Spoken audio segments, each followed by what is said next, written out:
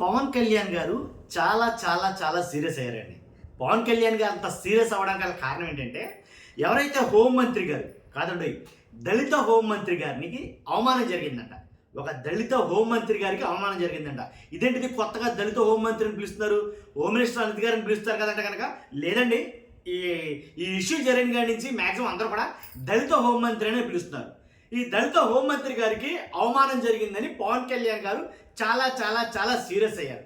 Serious అయ్యి కొన్ని మాటలు మాట్లాడారు. చాలా అంటే ఆ మాటలేంటో నేను ఖచ్చితంగా మీకు చదివి వినిపిస్తాను. అంటే దళిత హోంమంత్రి గారి పట్ల చాలా మటుకు సీరియస్ అయ్యారు. ఆ సీరియస్ అయిన విషయాలు ఏంటనేది నేను మీకు చదివి వినిపిస్తాను.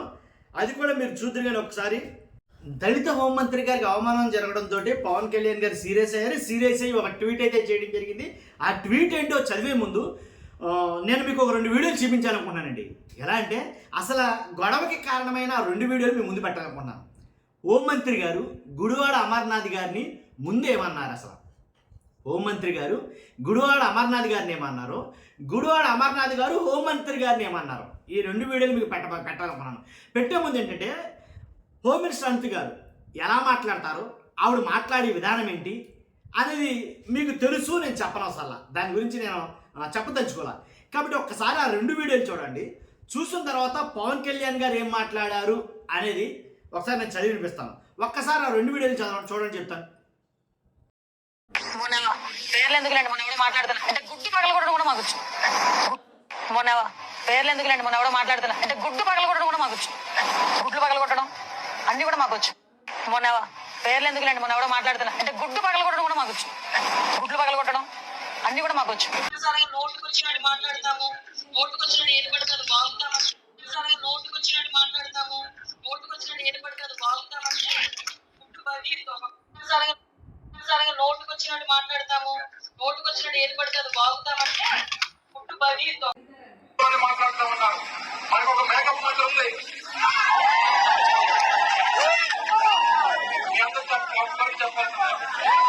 సరిగ్గా ఇటువంటి ఎండలో తీసుకెళ్తే కేజీ బయట పడుతుంది. పుట్టి పెట్టవచ్చు మనం, వాళ్ళు పుట్టి పెట్టుకోవచ్చు. ఉన్నటువంటి మనుషులు కొంతమంది మాట్లాడుతూ ఉన్నారు. మనకు ఒక మేకప్ మంత్రి ఉంది.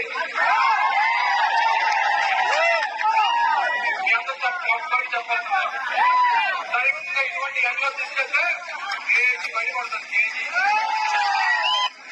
పుట్టి పెట్టవచ్చు మనం, వాళ్ళు పుట్టి పెట్టుకోవచ్చు.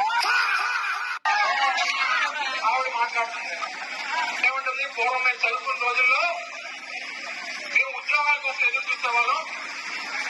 ఇప్పుడు ఉద్యోగాలు మన కోసం ఎదురు చూస్తున్నాం. ఏ ఉద్యోగం అమ్మా, నువ్వు చేసినటువంటి ఉద్యోగం ఏంటి చెప్పు, మామూలు చెప్పు.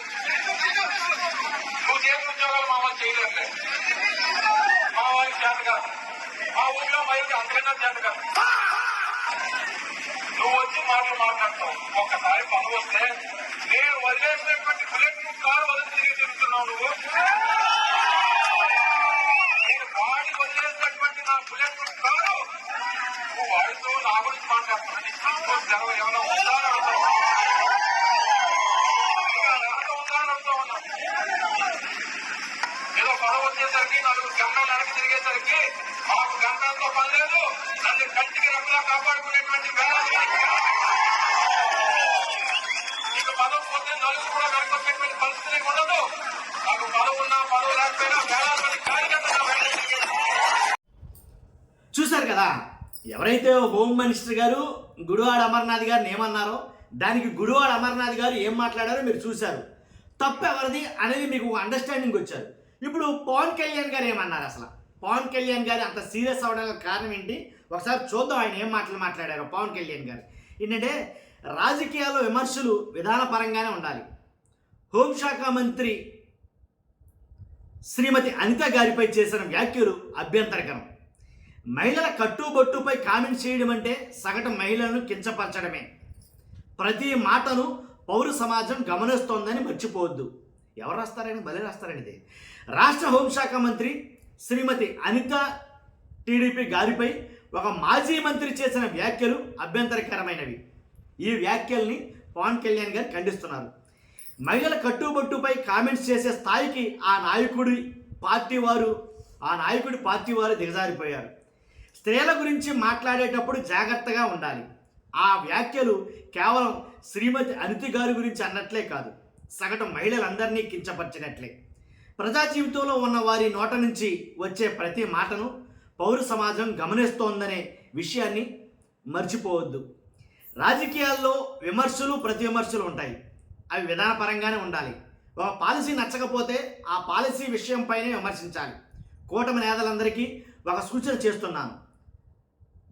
వాచరత్వంతో ఇళ్లలోని స్త్రీలను సైతం కించపరిచే నైజం ఉన్న పార్టీ చేసే కామెంట్స్ను బలంగా తిప్పికొట్టేటప్పుడు వాళ్ళు చేస్తున్న వ్యాఖ్యల్లో ఎంతటి అభ్యంతరకరమైన విషయం ఉందో ప్రజలకు తెలియజెప్పాలి. కూటమి నేతలందరూ పౌర సమాజం హర్షించే భాషలో మాట్లాడి బలంగా బదులవ్వాలి. అంతేకాదు ఏంటిది పార్టీ వాళ్ళ మాదిరే అవతల వారి పార్టీ వాళ్ళ మాదిరి దిగజారుడు భాష, అర్ధరహిత వ్యాఖ్యలు కూటమికి అవసరం లేదు. చాలా బాగా చెప్పారు పవన్ కళ్యాణ్ గారు. నాకు నచ్చింది నిజంగా పవన్ కళ్యాణ్ గారు మాట్లాడిన ప్రతి మాట కూడా. రాజకీయాల్లో విమర్శలు విధానపరంగానే ఉండాలన్న మాట నచ్చింది నాకు. హోంశాఖ మంత్రి గారిపై అనిత గారిపై చేసిన వ్యాఖ్యలు అభ్యంతరకరం. మహిళల కట్టుబొట్టుపై కామెంట్ చేయడం అంటే సగటు మహిళలను కించపరచడమే. ఒక మహిళను కాదు, అందరిని అన్నట్టే. ఇదే పవన్ కళ్యాణ్ గారు గతంలో రోజా గారిని డైమండ్ రాణి, విన్నారా మీరు?